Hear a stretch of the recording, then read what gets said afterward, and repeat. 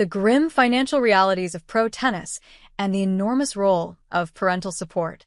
In a series of 3 articles, Flash Score will explore the financial realities of professional tennis, from the enormous need for parental economic support to match fixing and the huge geographical inequalities of having to establish a career.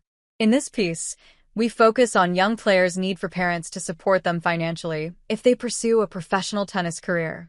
As the tennis world was getting set for the prestigious ATP Masters 1000 tournament in Monaco in the middle of April, Greek star Stefanos Tsitsipas was seen arriving in style for practice at the Monte Carlo Country Club in his $1 million Aston Martin V12 Speedster, along with his girlfriend, Spanish tennis star Paula Badosa. The scene attracted a lot of spectators, as the general public has always been fascinated by the lives of the rich and famous, and tennis has always been associated with wealth and privilege, a reputation that dates back to its origins as a pastime for the European aristocracy in the 19th century. Tennis associated with wealth and privilege. While a growing number of public courts and programs aimed at introducing tennis to a broader audience than just the absolute elite see the light, tennis still carries some historical baggage as a sport exclusively for the affluent section of the population.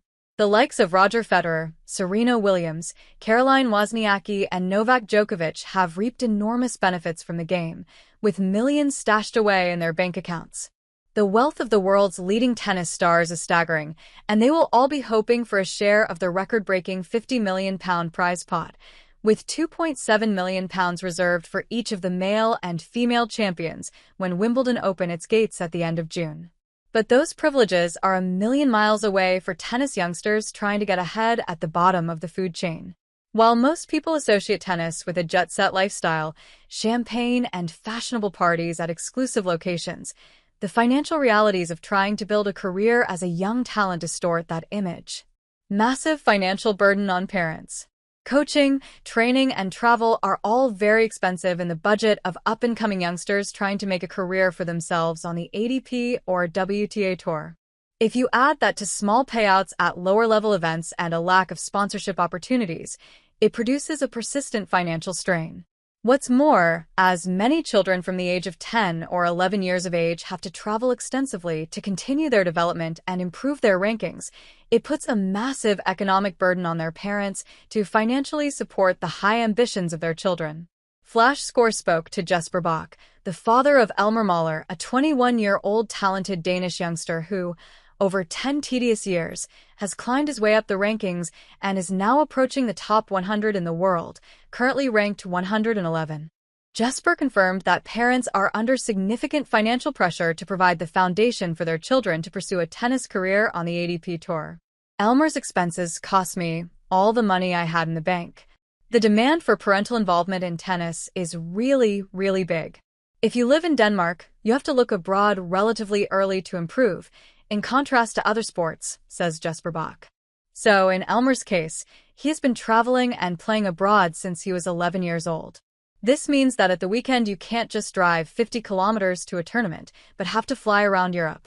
When he reached the age of 16, we slowly started to attract some sponsors due to his results. But for the first 5 or 6 years of his career, it was mainly me who was responsible for financing it. Elmer Mahler received some funding from the Danish Federation, but it was far from adequate to cover his expenses. Therefore, Jesper often worked overtime to secure the necessary funds for Elmer's travels and need for coaches, while he also traveled with Elmer himself on occasion.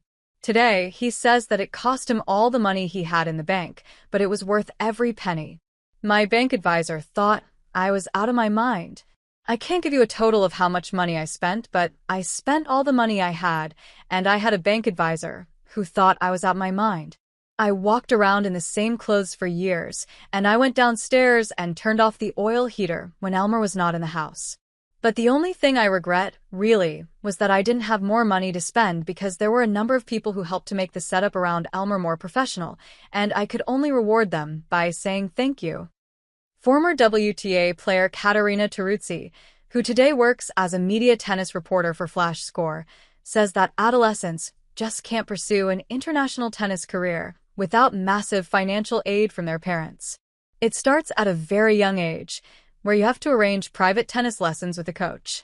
And as the child grows and he or she plays more, it means more lessons, more costs. Everything rises exponentially.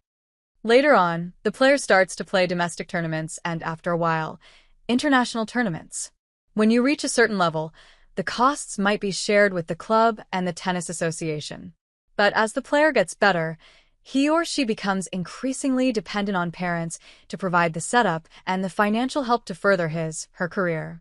How many players will get people to turn on the TV? The transition from juniors to seniors is financially difficult.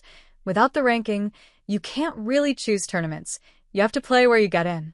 It can be far, expensive locations, and young players often need to travel with a coach or their mother and father, so the expenses keep rising through your career until you perhaps reach a level where you become interesting for sponsors or agents.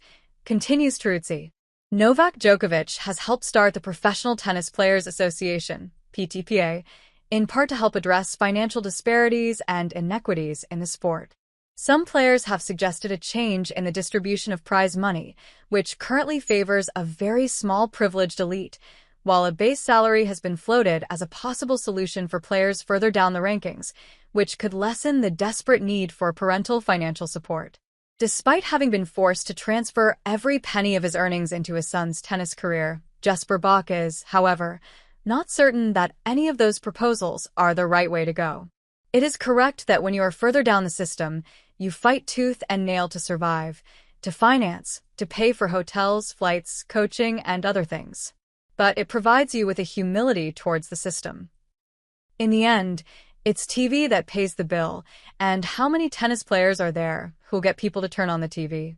Perhaps 10 or 15, and on that basis, it is perhaps very fair that the top eats a very large part of the cake. If you want to spread tennis as a profession, you may have to throw some more money at the players who are further down the rankings, but in the end, it is the level of the player that determines where he is in the world rankings, and if your level is high, you will probably fulfill your dreams anyway, concludes Bach.